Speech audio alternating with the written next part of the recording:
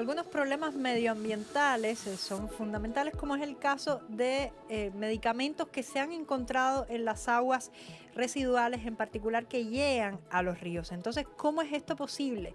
¿Cómo es que podemos incluso registrar cifras significativas, o sea, concentraciones de algunos de estos medicamentos más típicos que consumimos en casa?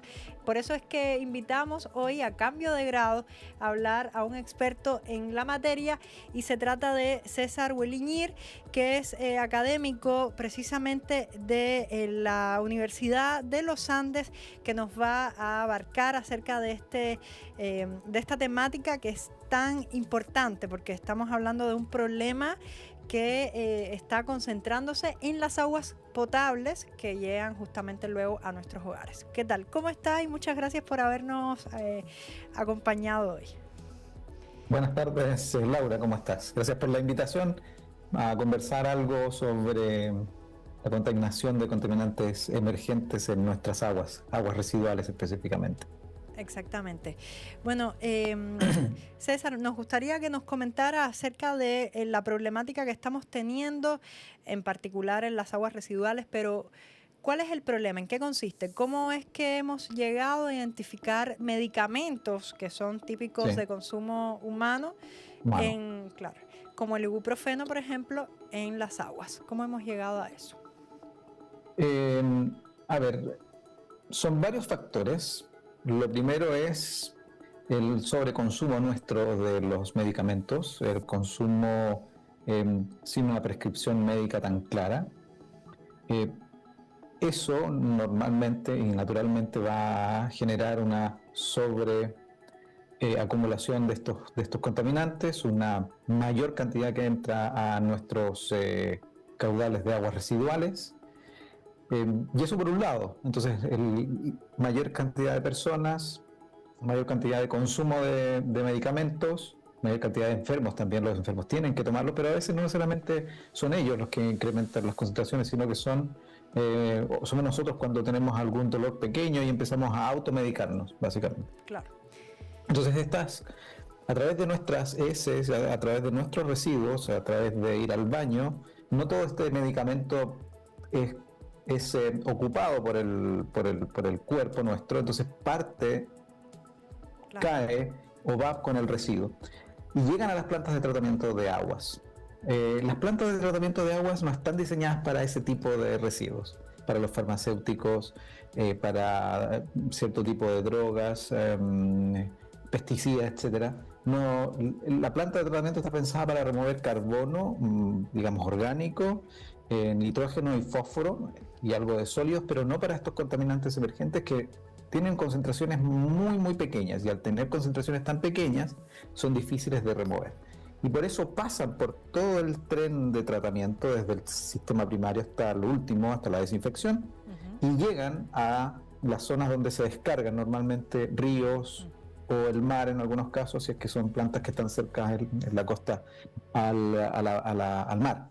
Y así entonces empezamos nosotros a acumular estos contaminantes en nuestros cuerpos de aguas naturales, lagos, ríos, Sí. que posteriormente usamos, y esto es muy importante acá en España específicamente, o en Europa, hay mayor restricciones porque el agua que ocupa mi vecino más arriba la contamina, entonces yo tomo de eso agua para poder beber, para poder potabilizarlo. Entonces acá hay una conciencia mayor sobre el problema, a diferencia de nuestro país que toma agua desde la cordillera del río arriba. Entonces la problemática es diferente, nadie toma el agua residual posterior que se descarga en el río Mapocho o en cualquier otro río de la zona central. Ya. Básicamente así llegan, Laura, estos contaminantes. Perfecto. Estamos hablando con César Hueliñir, que es académico de la Facultad de Ingeniería y Ciencias Aplicadas de la Universidad de los Andes. Veíamos cómo se ha conectado incluso gentilmente desde España, por eso nos estaba comentando acerca de problemas de aguas residuales también en Europa. Y claro, queríamos comentarle o preguntarle más bien acerca de cuáles son los medicamentos, las concentraciones que se han encontrado en los ríos, en particular en Chile, y por qué preocupa justamente que hayan estos niveles de concentración, ¿no? Sí. Las concentraciones si alguien las escucha, no son concentraciones altas, no son concentraciones muy grandes. Ya. Estamos hablando de, en el mayor de los casos, miligramos por litro, alrededor de 1 miligramo por litro. Eso es lo más concentrado que tú puedes encontrar, un contaminante emergente o un microcontaminante también le llaman. Entonces está en el orden, normalmente en el orden de los microgramos, es decir, 1 por 10 elevado a menos 6 gramos por cada unidad de volumen, en este caso litro.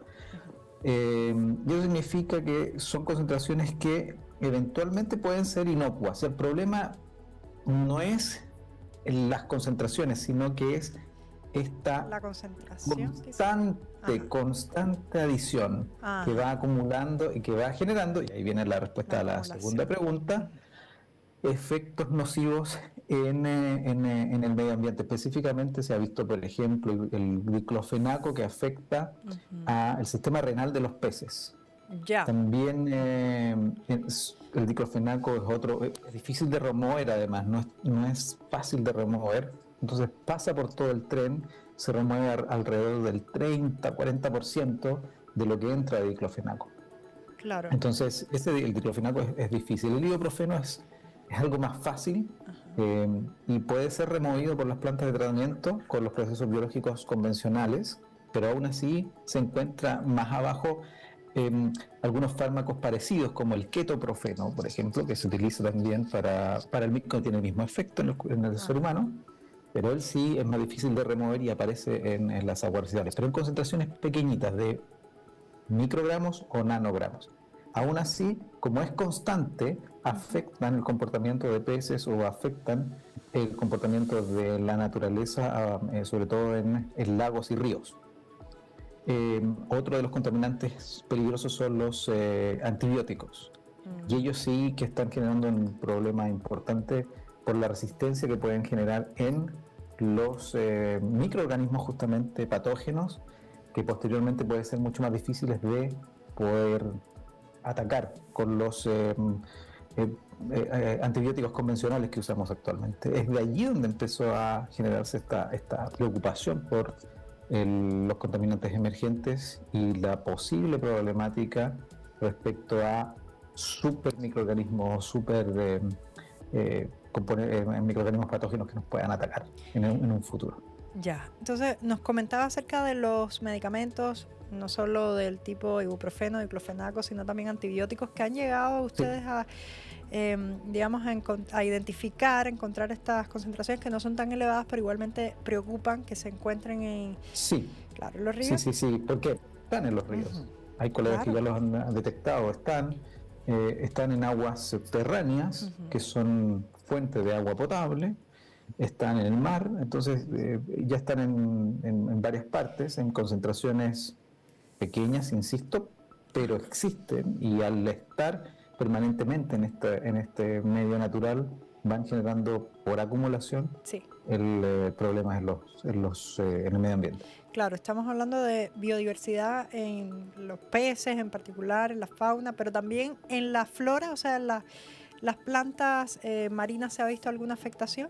No, allí desconozco, sería hablar desconozco si hay algún efecto sobre las plantas. Lo que sí, bueno, en las plantas se han hecho algunos estudios, principalmente pensando en el riego con este tipo de aguas. Exacto. Y allí sí se ha detectado que algunos componentes, por ejemplo, el diclofenaco, que es donde más hemos trabajado, genera un crecimiento más lento, por ejemplo, de las lechugas.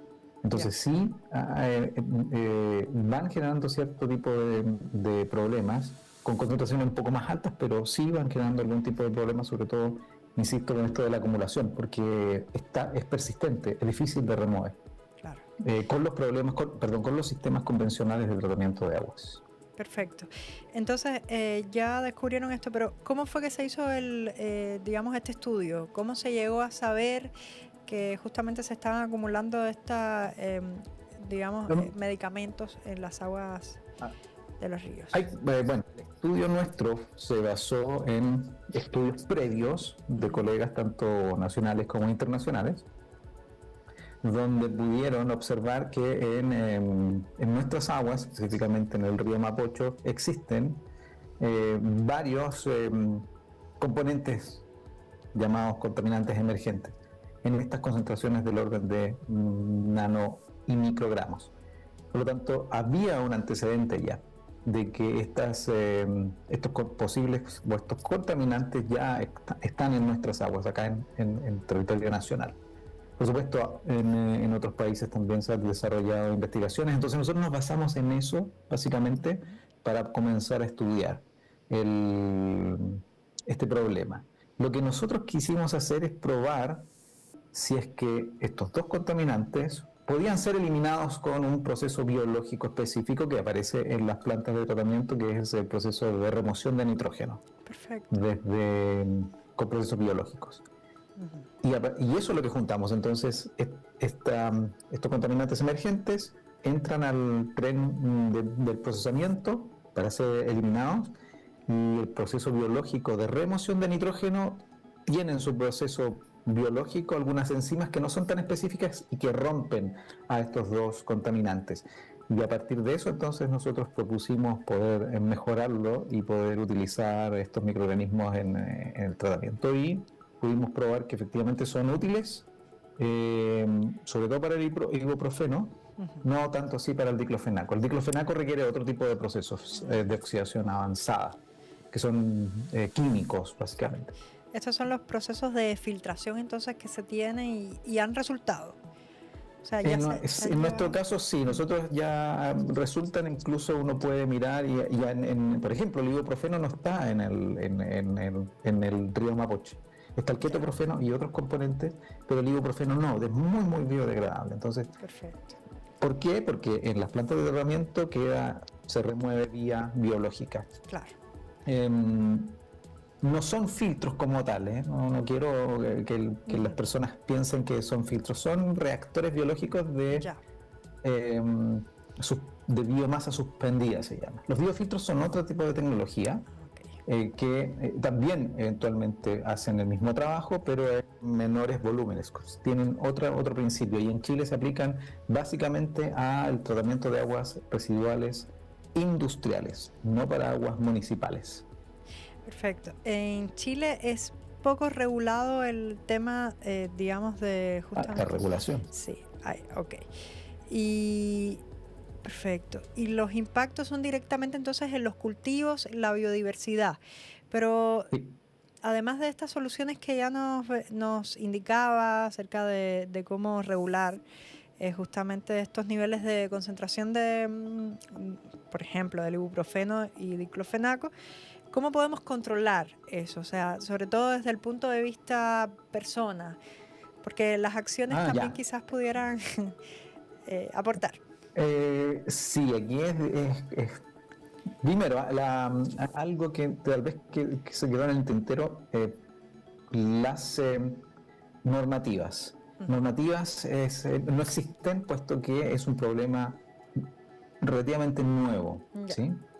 Por otro lado, es difícil medir estos contaminantes. Entonces, si obligamos a la industria sanitaria y a las empresas relacionadas con el tratamiento de aguas a la medición constante de esto, nos puede incrementar el costo de manera importante, porque el equipamiento que se requiere es un equipamiento pesado.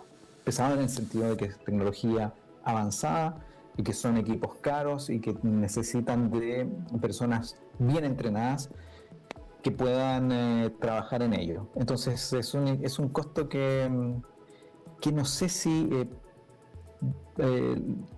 actualmente podemos costear, ¿sí? Sí.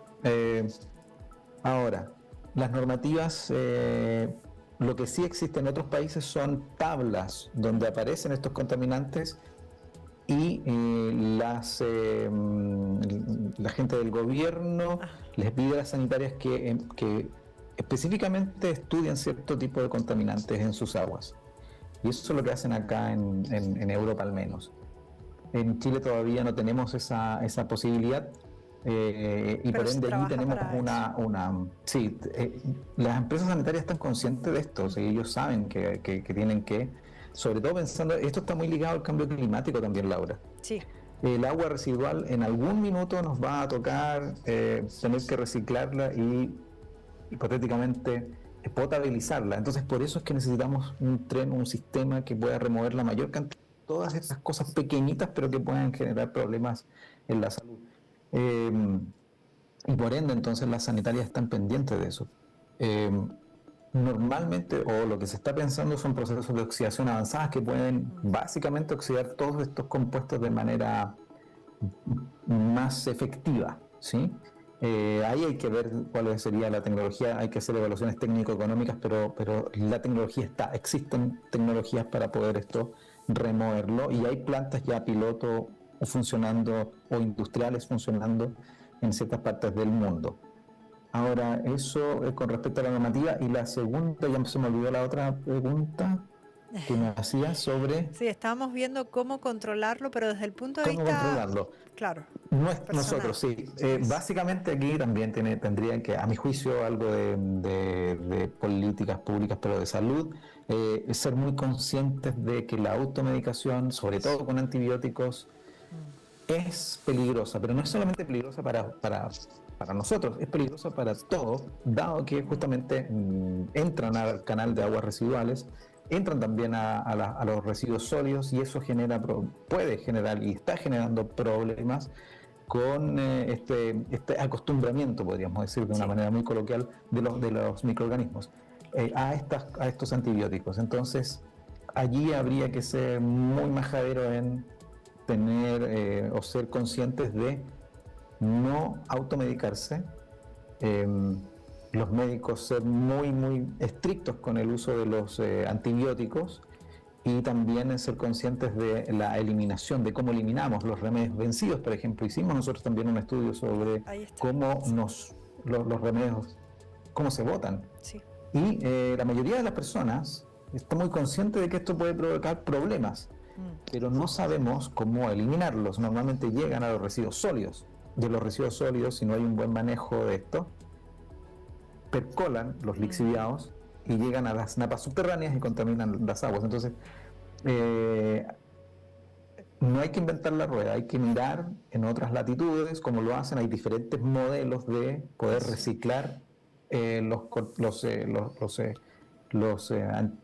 antibióticos, los remedios, los remedios vencidos, de tal manera de no tener que llegar al relleno sanitario o eliminarlos vía el sanitario, vía el alcantarillado. ¿Y nos pudiera dar algún ejemplo de cómo es que lo tratan, por ejemplo, en España, quizás en otros países que tienen una buena práctica de digamos, tanto del consumo de medicamentos como de... el consumo, mira, el consumo, no sé, en España es muy parecido a lo nuestro. He visto una gran cantidad de farmacias, así que no sé si España está más cerca de lo que hacemos nosotros, o en cuanto al, creo yo. Sí. Pero en políticas públicas asociadas al tratamiento de aguas residuales está esta tablita donde aparecen los contaminantes que debieran ser monitoreados por las plantas de tratamiento, no necesariamente eliminados, sino que monitoreados. Para saber cuáles son las concentraciones, monitoreados. Insisto, las plantas de tratamiento convencionales alrededor del mundo no están pensadas o diseñadas para la eliminación de estos contaminantes. Entonces tienes que agregar una operación unitaria más. Y esa operación unitaria más va a depender de lo que es el dinero. Creo que en Francia hay algunas plantas de tratamiento que tienen post de tratamiento secundario, que es el proceso biológico, un proceso de oxidación avanzada, donde oxidan todos estos componentes biorecalcitrantes y posteriormente llegan al proceso de desinfección.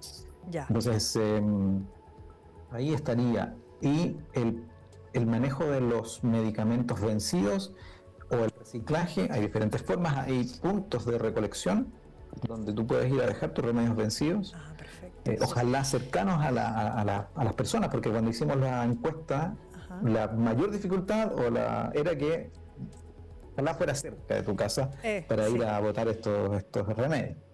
Lo segundo, lo otro es poder tener en los mismos servicios de las farmacias, por ejemplo, poder allí devolver los remedios vencidos para el tratamiento. ¿Cómo se tratan?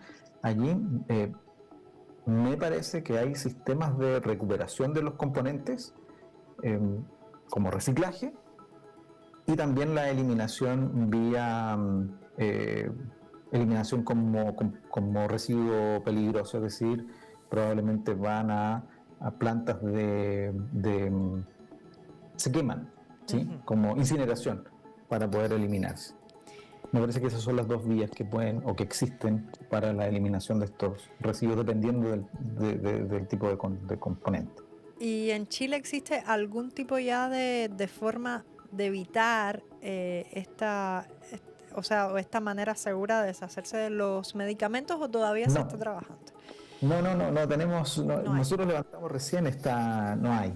O sea, el estudio que hicimos mostró que en la sociedad tiene conciencia. Lo que falta es que nos hagamos cargo como política pública, podríamos decir, público-privado. Hay algunas iniciativas de algunas farmacéuticas que están tratando de incentivar el reciclaje y que vengan a botar los remedios a las farmacias. Por ende, y esto no es actual, esto ha sido, o lo han hecho en otras, lleva un poco de tiempo, por lo tanto, eso, pero es muy aislado, Laura, entonces no. Yo no sé si tú sabías, por ejemplo, que tú podías reciclar o habían puntos donde podías ir a botar los remedios.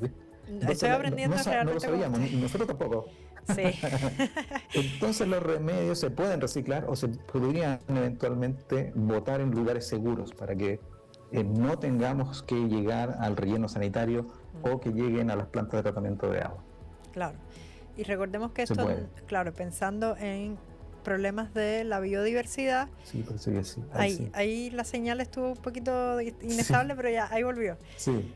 Estábamos pensando, claro, en los problemas de la biodiversidad, pero también los cultivos se ven afectados por estos riegos que también pueden llegar con algún grado de contaminación por estas concentraciones de medicamentos. Por eso es que es tan importante, digamos, manejar el residuo de una mejor manera, ¿no? En este caso, pensando en los medicamentos, cómo ir a puntos de reciclaje, o más bien en el caso de la automedicación que usted nos decía, que es como uno de los problemas más acuciantes que hay en diferentes partes del mundo, ¿no? Sí. La venta, por ejemplo, legal de los remedios en las ferias libres. Claro, también. Sí.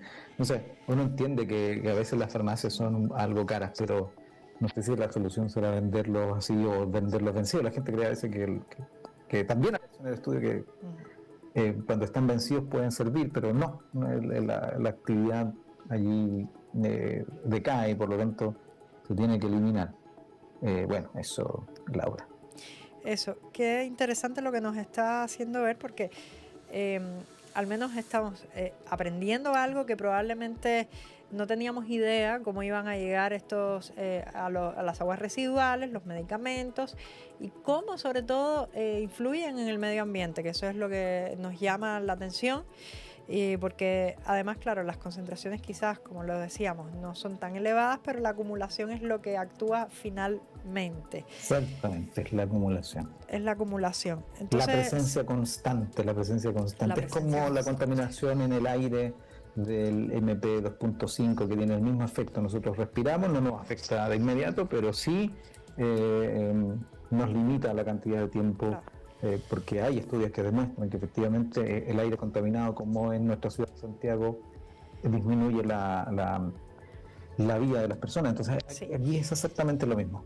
Y por ejemplo, en caso de los medicamentos con los que, digamos, se tratan la parte, digamos, de criaderos agrícolas, por ejemplo, de los animales, algunos criaderos de cerdo donde también se le da antibióticos, ahí también llega a las industrias, efectivamente. Lamentablemente para nuestros colegas que trabajan en la producción de animales o de peces, esto también es una problemática. Ellos están conscientes, hacen uso de antibióticos de la mejor manera posible para justamente eliminar o evitar no solamente la contaminación de las aguas o de los sólidos, sino que también para evitar gastos en cuanto a medicamentos. No se trata de no vacunar ni tampoco de no darles antibióticos, pero sí ellos quedan en los residuos, voy a hablar específicamente del área que manejo más, que es el cultivo de cerdos. Hemos trabajado con residuos de cerdos que normalmente se tratan como en un proceso que se llama digestión anaeróbica. ¿La habías escuchado alguna vez, la digestión anaeróbica? Sí, he escuchado, pero mejor no los explique usted. La caquita del cerdo se introduce en unos reactores, y esos reactores lo que hacen es generar un gas. Ese gas se llama biogás y contiene metano y dióxido de carbono. Perfecto. Bueno, la caquita entonces del cerdo tú la puedes recuperar. Hay muchas empresas que lo hacen y que tienen sus digestores anaeróbicos y que la caquita del cerdo la transforman en energía Ya. directamente. Ujú. Entonces, eso es muy positivo y ese ciclo se ha estudiado durante los últimos 40 años Ya. y ha sido muy positivo. El problema está en que este proceso de digestión anaeróbica también tiene un residuo, todo genera residuo, que se llama digestato.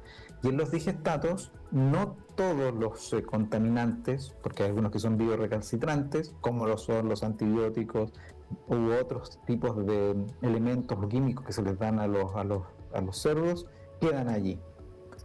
Y pasan entonces a la fase líquida y los agricultores a veces riegan con esa agua. El fertirriego, por ejemplo, que se le llama, contiene justamente estos contaminantes que no pueden ser degradados por el proceso biológico anaeróbico. Entonces allí aparecen principalmente antibióticos que van a la cadena trófica, es decir, si se riega, llegan a la planta, llegan al suelo, vuelven a permear, dependiendo de sus propiedades físicas, pueden efectivamente pasar a la fase hacia el líquido que está por debajo de las napas subterráneas. Entonces se ha medido, están, pero no en grandes concentraciones, de nuevo, no son concentraciones muy altas. Si tú lo llevas a un laboratorio probablemente no lo detecten porque están en concentraciones muy chiquititas, pero eso no significa que no estén o que no vayan a ejercer un problema en la microbiota alrededor de regadíos, etcétera, o plantas que se puedan regar con ellos. Claro. Entonces hemos visto como todos debemos contribuir más allá desde el autoconsumo de medicamentos, como también, como veíamos en los criaderos de diferentes animales, industrias, y por supuesto que más allá del aporte de la política pública, también tenemos que tener esa consideración desde casa para evitar estos niveles de contaminación que pueden generar daños en la biodiversidad, pero también de vuelta a nosotros. O sea, esto hay que tener una conciencia importante. Lamentablemente, para nosotros sí, hay que ser muy cuidadosos, ya no es llegar y tomar ibuprofeno o diclofenaco o paracetamol porque tengo un dolor de cabeza. No, hay que tratar de aguantar porque probablemente eso va a ir acumulándose. Y también ojalá las normativas se vayan actualizando para que esto ya no sea algo tan novedoso, sino que sea algo estandarizado y que las personas en la industria sanitaria lo puedan conversar abiertamente y poder hablar de cómo poder trabajar para bajar las concentraciones de estos contaminantes en las aguas que llegan a nuestros ríos y lagos y mares en un futuro, ojalá mediano. ¿Por qué no? Perfecto. Bueno, ojalá que sí, que haya más conciencia, eso es lo fundamental, y pensar en todos estos efectos futuros que pueden haber en nuestras aguas, de las que consumimos, pero también donde viven otros seres vivos. Muchas gracias, César, por habernos acompañado durante la tarde de hoy para poder abordar acerca de este tema tan importante que ya está ocurriendo. Lo hemos visto en algunos ríos de Chile, pero también ocurre a nivel mundial. Entonces, te agradecemos sobre todo por tu tiempo, por estar en otro uso horario y demás, que realmente eso complica también.